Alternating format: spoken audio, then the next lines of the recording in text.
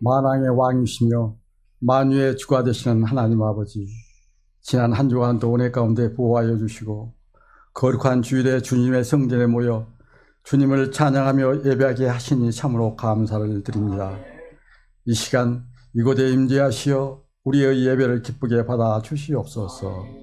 우리의 영혼이 잠잠히 주님만 바라보기를 원합니다. 마음과 뜻과 힘을 다하여 우리의 소망 되신 주님을 바라보며 성령과 은혜가 충만한 예배가 되게 인도하여 주시옵소서. 자비로우신 하나님, 우리의 삶을 위하여 기도합니다. 매일 순간순간의 제약과 유혹으로 인하여 넘어지고 쓰러지는 연약한 죄인임을 고백하고 회개하오니 주님의 귀하신 보혈로 우리의 죄를 깨끗게 씻어주시고 십자가 은혜로 바르게 세워주시어 주님의 그 놀라우신 은혜를 기억하며 선한 삶을 살게 도와주시옵소서. 우리 민족 고유의 설 명절 연휴를 맞아 오가는 길 안전하게 보호하여 주시고 온 가족이 모여 정다운 얘기를 나누며 큰 기쁨을 누리게 하옵소서. 서로 축하하며 격려하고 때로는 이루어하며 힘이 되는 가족과 친지들이 되게 하옵소서. 하나님의 자녀답게 먼저 손을 내밀어 선한 역할을 하게 하옵소서. 여러 가지 사냥으로 함께 못한 가족들을 기억하시어 그들을 위로하고 복을 더하여 주시옵소서. 경제, 안보, 사회문화 등 여러 가지 어려운 나라와 민족을 위해 기도합니다. 이 나라와 민족을 국률이 여기시어 대립과 갈등이 해소되고 사랑과 진실로 손을 맞잡고 정의와 평화가 입을 맞추는 나라, 하나님 은혜로 아름다운 열매를 맺는 복된 나라와 민족이 될 수 있도록 인도하여 주시옵소서. 특별히 남북한이 화해와 협력을 통하여 평화의 번영의 길로 나갈 수 있도록 역사하여 주시옵소서. 이 시간 우리 교회를 위해 기도합니다. 담임 목사님을 중심으로 온 교우들이 믿음으로 하나 되어 부흥 성장해 가는 교회가 되게 인도하여 주시옵소서. 교회를 반석 위에 굳게 세우시어 어려운 환경 속에서도 든든하게 맡겨진 복음을 잘 지키며 전하는 교회가 될 수 있도록 도와주시옵소서. 교회의 학교와 전도 열매가 풍성케 축복하여 주시고 지속되는 365 기도의 질주를 통하여 하나님의 주신 복을 받고 평강을 누리는 은혜를 경험케 하옵소서. 말씀을 전하신 담임 목사님 위해 기도합니다. 영육간에 강건하게 하시고 말씀의 종으로서 성령님의 음성을 대언하실 때 감화 감동의 역사가 일어나게 하옵소서. 성도들이 그 말씀을 통하여 은혜의 보좌 앞으로 더욱 가까이 나아가는 시간 되게 하옵소서. 사모님과 자녀들에게도 은혜를 더하사 그 마음 가운데 늘 기쁨이 충만하게 하옵소서. 이 시간 한우들을 위해 기도합니다. 그들의 아픔과 상처, 고통들 오직 주님께서 아시오니 그들의 마음을 위로하여 주시고 모든 병마가 떠나가는 역사를 경험할 수 있도록 은혜를 베풀어 주시옵소서. 여러 가지 무거운 짐을 내려놓고 하나님을 부리며 기도하는 성도들의 간구에 응답하시어 은혜의 은혜를 더하여 주시옵소서. 교회와 예배를 위하여 보이지 않는 곳에서 섬기는 손길들이 있습니다. 모든 것을 아시는 주님께서 기억하시고 그 가정과 직장과 사업장에 만배의 축복을 부어 주시옵소서. 오늘도 우리와 함께 하시며 늘 우리의 앞길을 인도하시는 예수님의 이름으로 기도드립니다. 아멘. 이 시간 함께 나눌 말씀은 마가복음 14장입니다.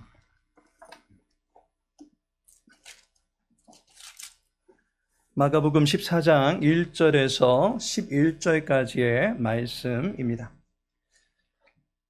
1절에서 11절까지 말씀 우리 함께 읽도록 하겠습니다.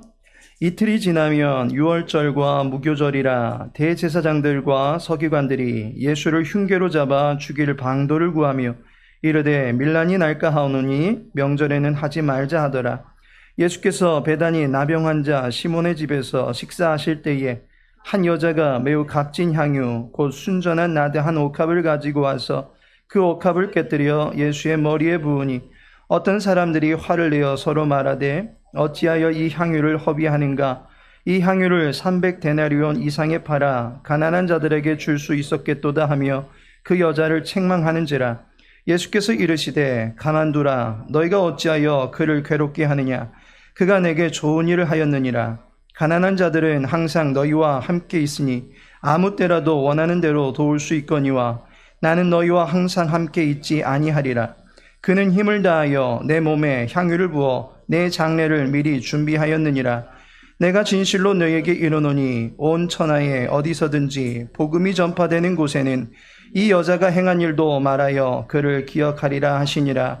12 중에 하나인 가룟 유다가 예수를 넘겨주려고 대제사장들에게 가매 그들이 듣고 기뻐하여 돈을 주기로 약속하니 유다가 예수를 어떻게 넘겨줄까 하고 그 기회를 찾더라. 아멘. 본문의 말씀 통해서 명절맞이 세 가지 선물, 명절맞이 세 가지 선물이라는 제목으로 말씀 나누고자 합니다. 어제가 음력설이었습니다. 지난 1월 1일에는 양력설을 맞이했습니다. 매년 우리들은 새해 복 많이 받으세요 라는 인사카드를 재차 반복하여 사용하게 됩니다. 양력과 음력을 사용하다 보니 새해를 2번 맞이하게 됩니다. 그런데 유대인들도 우리와 비슷하게 서기력으로 맞는 새해가 있고 그들만의 종교력으로 맞이하는 새해가 따로 있습니다. 1월 1일은 전 세계 만국 공통의 새해이기에 유대인들도 다를 바 없습니다. 그 외에 유대인들에게는 우리나라의 3, 4월쯤에 해당하는 아비벌 14일을 해의 첫날로 맞이하게 됩니다. 출애굽기 12장 2절과 3절에 이 달을 너희에게 달의 시작 곧 해의 첫 달이 되게 하고 너희는 이스라엘 온 회중에게 말하여 이르라. 이 달 열흘에 너희 각자가 어린 양을 잡을지니 각 가족대로 그 식구를 위하여 어린 양을 취하되 라고 말씀합니다. 6월절이 있는 달이 이스라엘의 첫 해입니다. 첫 해로 삼는 이유는 6월절이 그들 민족에게 있어서 최고의 명절이 되기 때문입니다. 구약시대에 애굽에서 430년간의 종살이를 하였습니다. 마침내 노예 생활의 종지부를 찍고 한 민족이 태동하게 됩니다. 430년 전 출애굽하게 될 것이다 라고 언약하셨던 여호와의 말씀이 드디어 성취된 날입니다. 기나긴 기다림 가운데 이루어진 구원의 날입니다. 6월절은 최고의 명절입니다. 어느 누구라도 이 절기를 경시하면 백성 중에서 끊어지게 됩니다. 그만큼 중요한 절기입니다. 이러한 역사적인 배경을 지니고 있는 상황에서 본문 1절을 보니 이틀이 지나면 6월절과 무교절이라 라고 말씀하고 있습니다. 6월절을 앞두고 있는 시간적 배경을 갖고 있습니다. 모두의 초점이 이 절기를 잘 지키고자 하는 데에 쏠려 있습니다. 절기 준수에 신경을 쓰고 있는 이 시기에 예수님에게 나온 한 여인을 보게 됩니다. 그 여인은 예수님에게 귀하디귀한 향유의 기름을 풍성하게 바르게 됩니다. 그 여인의 행위를 두고 예수님께서는 말씀하시기를 내가 진실로 너희에게 이르노니 온 천하에 어디서든지 복음이 전파되는 곳에는 이 여자가 행한 일도 말하여 그를 기억하리라 하시니라 라고 말씀하고 있습니다. 이 여인의 행한 일을 기억하라 라고 말씀합니다. 모두 새해가 오는 그날에 집중하고 있습니다. 더 명확하게 이야기한다면 6월절이라는 새해를 만들어주신 여호와께 집중하고 있는데 예수님께서는 한 여인에게 집중하시면서 그녀를 기억하라 라고 말씀하고 있습니다. 이 여인이 행한 일은 하나님께 우리가 취해야 될 도리가 무엇인지를 가르쳐 주고 있기 때문입니다. 어린 시절에는 아이들에게 새해라고 한다면 용돈이 생기는 날이었습니다. 그래서 그날이 오기만을 기다립니다. 그리고 얼마의 수입을 거둘 수 있을까 고대합니다. 그러나 이제는 자녀가 장성케 되면 얼마를 받을까라고 하기보다는 어떻게 하면 즐거운 명절을 보낼 수 있을까 생각하게 됩니다. 때문에 지루하고 힘든 귀성길임을 뻔히 알지만 자녀로서 명절에라도 부모님 찾아뵙고 효를 다하고자 하는 것입니다. 특히 부모님이나 친인척분들에게 선물을 드리기도 합니다. 선물의 종류로 보니 건강식품 또는 육류 세트와 과일 등이 있습니다. 그러나 세월이 지나고 사람이 바뀌어도 늘 상위, 어쩌면 거의 1위를 고수하고 있는 선물은 봉투다라고 합니다. 명절맞이 선물을 무엇을 여러분들께서는 준비하고 가셨는지요? 본문의 여인은 예수님께 나와서 명절맞이 선물을 드리게 됩니다. 본문은 마가복음 14장의 앞부분입니다. 그런데 총 3개의 단락으로 이루어져 있습니다. 앞선 단락과 마지막 단락 그 사이에 한 여인의 선한 행실을 다루고 있습니다. 그 여인이 헌신한 것이 어떤 의미를 담고 있는지 본문상의 문맥의 위치와 연관해서 생각해 보고자 합니다. 명절맞이 선물로 그녀가 주님께 드린 것이 무엇입니까? 첫째로 흉계와 배신 사이에서 피운 사랑의 마음을 드렸다라는 것입니다. 본문의 여인의 사건이 나타나기 전과 후를 보시면 어떠한 일이 벌어지고 있습니까?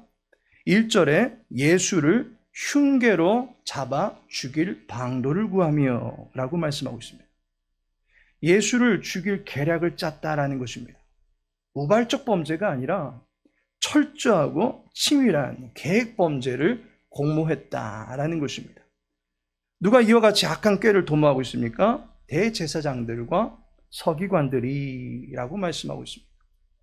살해 계획을 짜고 있는 이들의 신분이 우리에게 적지 않은 충격을 안겨줍니다. 게다가 이들이 계략을 꾸미던 때는 언제입니까? 이틀이 지나면 유월절과 무교절이라. 최고의 종교적 명절입니다. 수많은 유대인들이 이 절기를 지키기 위해서 예루살렘으로 모여듭니다. 제의적 업무로 인해서 당연히 바쁠 수밖에 없는 위치에 있는 사람들입니다. 그런데 예수를 흉계로 잡아 죽일 방도를 구하며 하면서 예수를 죽일 흉계를 짜고 있는 것입니다. 그들의 관심은 짐승을 죽이는 제사가 아니라 무고한 사람을 죽이는 일에 온갖 관심을 기울이고 있다라고 하는 것을 알게 됩니다. 이 여인의 헌신이 나타나기 앞서서 바로 흉계가 논의되고 있다라는 것입니다. 그렇다면 이 여인의 이야기 후에는 어떠한 사건이 있습니까? 10절과 11절에 12 중에 하나인 가룟 유다가 예수를 넘겨주려고 대제사장들에게 가매 그들이 듣고 기뻐하여 돈을 주기로 약속하니 유다가 예수를 어떻게 넘겨줄까 하고 그 기회를 찾더라 라고 말씀합니다. 가룟 유다는 예수를 넘겨주려고 합니다. 그 과정에서 금전적인 거래가 성사되는 것을 보게 됩니다. 유다가 돈에 눈이 멀어서 종교 지도자들의 흉계를 돕기로 한 것입니다. 유다가 예수님을 배반하기로 한 것입니다. 시편 1편 1절에 보니 복 있는 사람은 악인들의 꾀를 따르지 아니하며 죄인들의 길에 서지 아니하며 오만한 자들의 자리에 앉지 아니하고 라고 말씀하고 있습니다.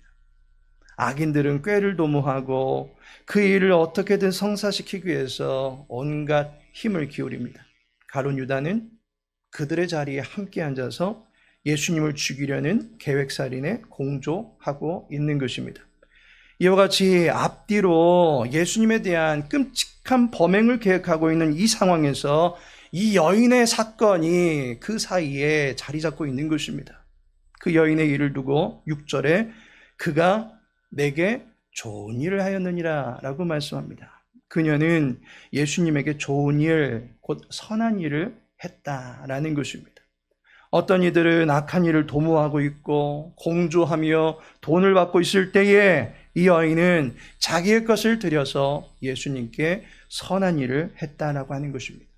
특별히 그녀가 드렸던 향유는 300데나리온 이상의 가치를 가지고 있는 물건이었습니다. 당시 화폐 가치로 1년 연봉과 맞먹는 매우 고가의 그리고 매우 가치 있게 여겨지는 것을 예수님께 드린 것입니다. 어떤 이는 예수님을 통해서 이익을 취하고 예수님의 존재를 지우려고 하는 이가 있는 반면에 이 여인은 예수님께 향유를 부어드림으로써 주님의 존재를 더욱더 부각시키고 또한 자기의 가장 귀한 것을 드림으로써 예수님을 이롭게 해드리고자 했다라는 것입니다. 흉계와 배신이 가득한 사람들 속에서 그녀는 예수님에 대한 자기의 사랑을 아낌없이 보여드렸다라는 것입니다.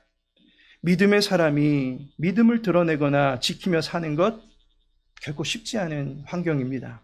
누가복음 9장 26절에 누구든지 나와 내 말을 부끄러하면 인자도 자기와 아버지와 거룩한 천사들의 영광으로 올 때에 그 사람을 부끄러워하리라 라고 말씀하고 있습니다.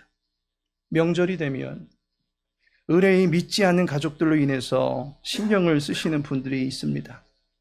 유교 문화가 은연중에 몸에 밴 한국인들에게 제사 문화는 또 하나의 신념이자 종교가 되어 있습니다.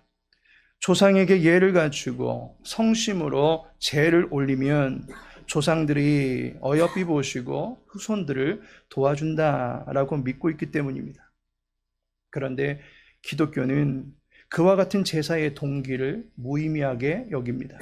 왜냐하면 죽은 조상에게 절한다고 복이 오고 절하지 않는다고 해서 저주가 임하는 것이 아니기 때문을 믿기 때문입니다.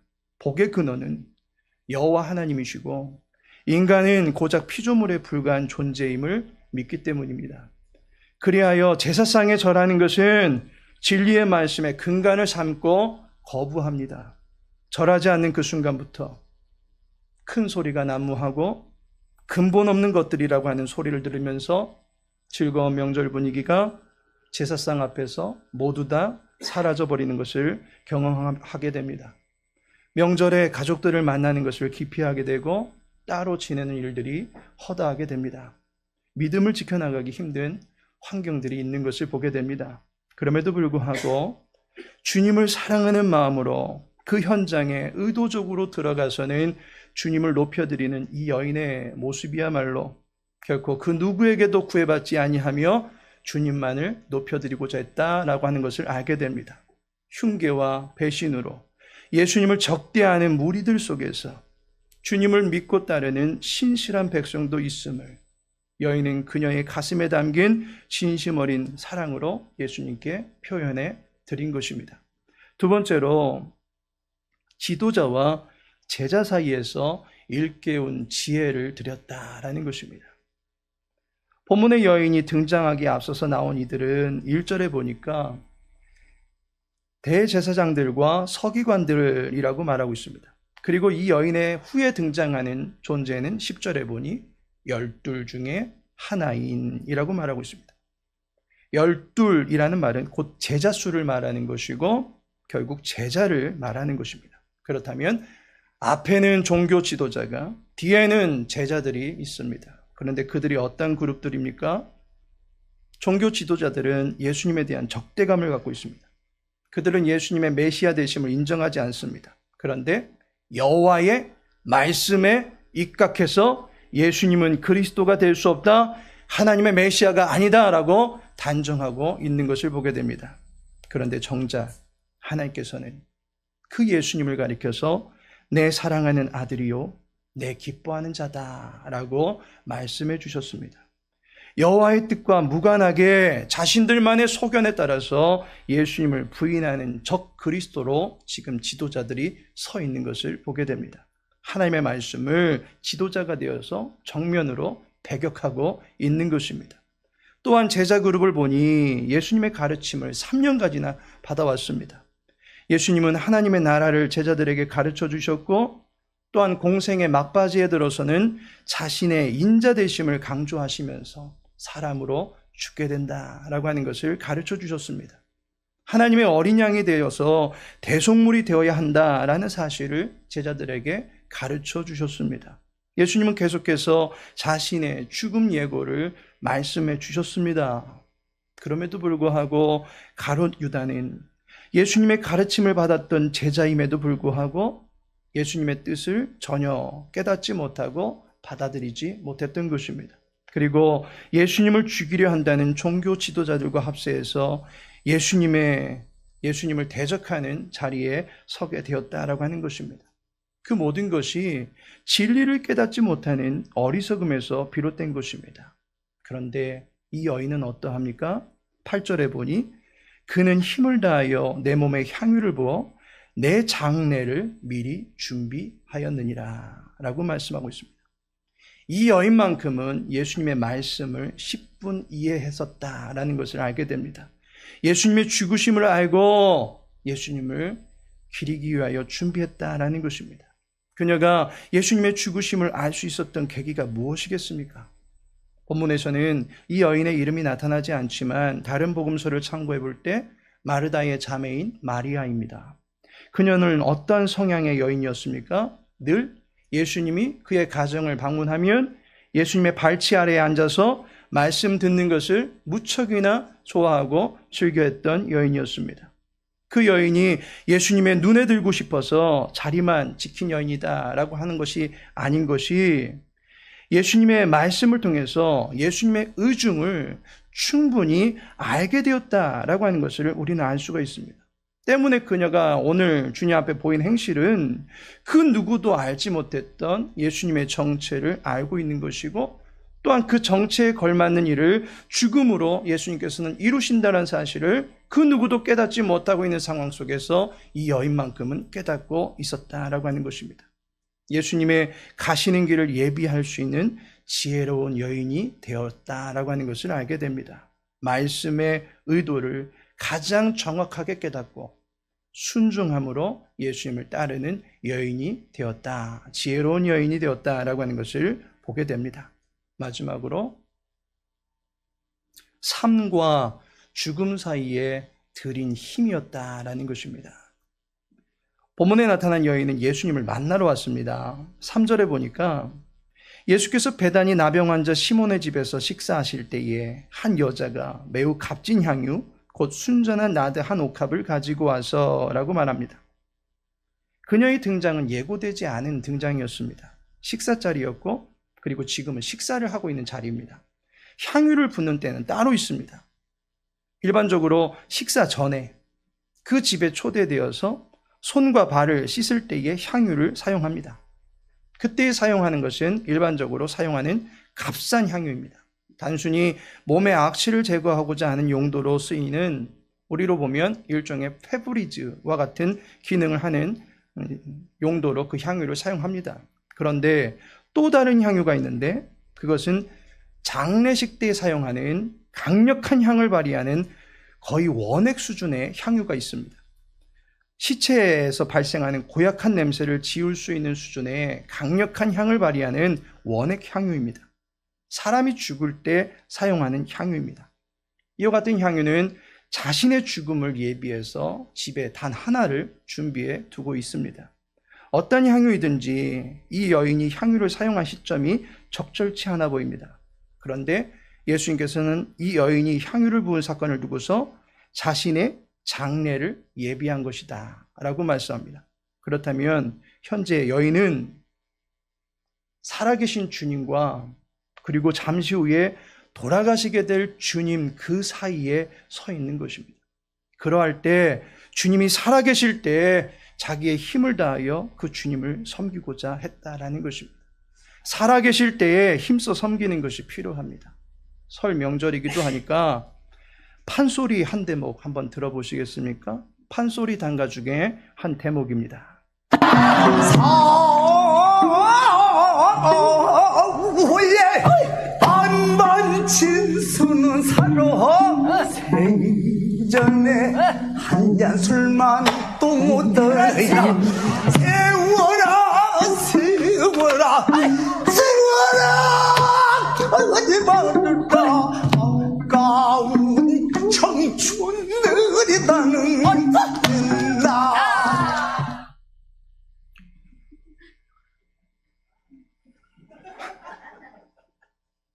명창 왕기철 씨가 토해내는 그 소리의 한 대목을 들어보니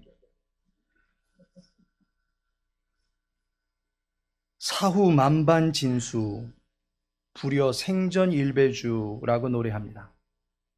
사후의 만반진수는 살아생전에 한 잔 술만도 못하리라 라는 뜻입니다. 부모님 돌아가신 후에 가득 차려놓은 음식은 살아계실 때에 한 잔 약주보다도 못한 것이다 라고 노래하는 것입니다. 예수님 살아계실 때 그분을 힘다하여 섬기고자 했다라는 것입니다. 평생에 단 한 번 자신의 장래를 위해서 사용할 고가의 향유이라 할지라도 예수님께 자기의 평생을 들여도 결코 후회함이 없고 아까움이 없고 다함이 없음을 그녀는 향유를 깨트림과 함께 예수님께 표현한 것입니다. 살아계신 주님께 자기의 힘을 다하여 섬긴 것입니다. 명절이 거의 끝나가고 있습니다. 성경은 내 부모를 공경하라 라고 가르치고 있습니다.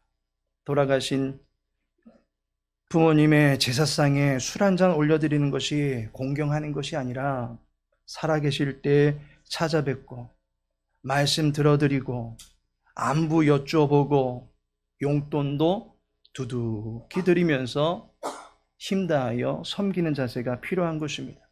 그러한 사람만이 눈에 보이지 아니하는 아버지 하나님도 섬길 때에 동일하게 그 모든 일도 감당해 나갈 수 있는 것입니다.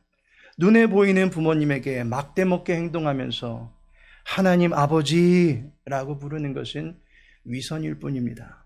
이 여인은 삶과 죽음 사이에서 예수님께 자기의 생명의 힘을 다하여 존경을 포하며 예수님의 죽음을 예비해 나갔던 여인이다라고 하는 것을 알게 됩니다. 하나님께서 사랑하시는 성도 여러분, 어느 서기관이 와서 묻기를 율법의 계명 중에서 첫째가 무엇입니까? 라고 묻습니다. 그러자 예수님께서 하나님을 사랑하고 이웃을 사랑하는 것이다 라고 답합니다. 그 답을 듣고 나서는 서기관이 자기의 이해한 바를 예수님께 확인받습니다. 마가복음 12장 33절에 또 마음을 다하고 지혜를 다하고 힘을 다하여 하나님을 사랑하는 것과 또 이웃을 자기 자신과 같이 사랑하는 것이 전체로 드리는 모든 번제물과 기타 제물보다 나으니이다. 이 말을 들으시고는 예수님께서는 그를 보고 네가 지혜롭게 대답했다 라고 말씀해 주십니다. 그의 말을 다시 보니까 마음을 다하고 지혜를 다하고 힘을 다하여 하나님을 사랑하고 이웃을 사랑하는 것이 모든 제사보다 낫다라고 하는 것입니다. 마음, 지혜, 힘, 그것이 율법이 우리에게 명하고 있는 첫째가 하는 계명을 준수하는 일에 필요한 우리의 자원입니다. 여인은 주님께 마음을 드렸습니다. 그리고 주님 앞에 지혜를 갖추었습니다. 그리고 그 주님을 힘다하여 섬겼습니다. 이 계명을 따르는 모습이 복음이 전해지는 곳곳마다 동일하게 전해져야 되는 이유가 있는 것입니다.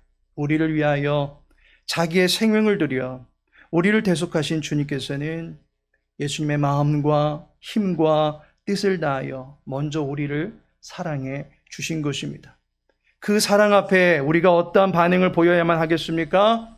마음과 지혜와 힘을 다하여 주님을 사랑하는 것입니다.